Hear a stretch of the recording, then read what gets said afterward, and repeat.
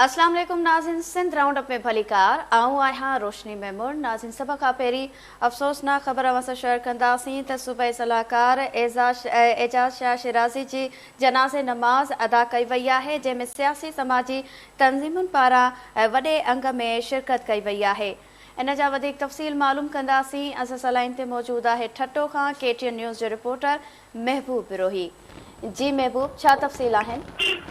जी अॼु सुबुह कराची के निजी अस्पताल में लाॾाणो करे हिटल शिराज़ी ग्रुप के अॻवान सूबाई सलाहकार सैयद एजाज़ शाह शिराज़ी जी जनाज़े नमाज़ थोड़ी देर अॻु में छटे में शिराज़िया उते अदा कई वई आहे, जंहिंमें वॾे अंग में सियासी समाजी शख़्सियतनि ऐं हज़ारे माण्हुनि छटे सिजावल जे माण्हुनि शिरकत कई आहे। उन सां गॾोगॾु उन खां अॻु में जीअं ई उनजी लाॾाणो करे वञण जी ख़बर पहुची त छटो ऐं सिजावल जा समूरा शहर, नंढा वॾा शहर सोग तौर बंदि थी विया ऐं हिन वक़्त ताईं जेको कारोबार छटे शहर समेत मुख़्तलिफ़ इलाइक़नि में सोग तौर बंदि पियल आहे, जॾहिं त जनाज़े नमाज़ में मुख़्तलिफ़ सियासी समाजी शख़्सियतनि शिरकत कई आहे ऐं जमायत अहल सुन्नत जे आलम मुफ्ती अब्दुल रहमान ठटवी जनाज़े नमाज़ पढ़ाई आहे, जंहिंखां पोइ उनजी जेका तफ़सील वारियूं रस्मूं आहिनि उहे मकड़ीअ ते हाणे थोरी देरि में अदा थियण वारियूं आहिनि।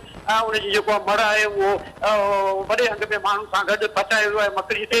मकड़ी जी तारीख़ कब्रिस्तान में दरगाह शाहमुराद शाह शिराज़ी जे अहाते में जिते शिराज़ी ख़ानदान जी जेका कब्रिस्तान आहे उन में तदफीर वारियूं रस्मूं थोरी देरि में थियण वारियूं आहिनि, जिते सूबाई सलाहकार सैयद एजाज़ शाह शिराज़ी जो मड़ उते मुंतक़िल कयो वियो आहे। जी वरी महिरबानी। नाज़रीन, ठट्टो खां महबूब बिरोही असांखे तफ़सील ॾिना आहिनि। सूबाई सलाहकार एजाज़ शाह शिराज़ी जी जनाज़े नमाज़ अदा कई वई आहे, जंहिंमें सियासी समाजी तंज़ीमुनि पारां वॾे अंग में शिरकत कई वई आहे।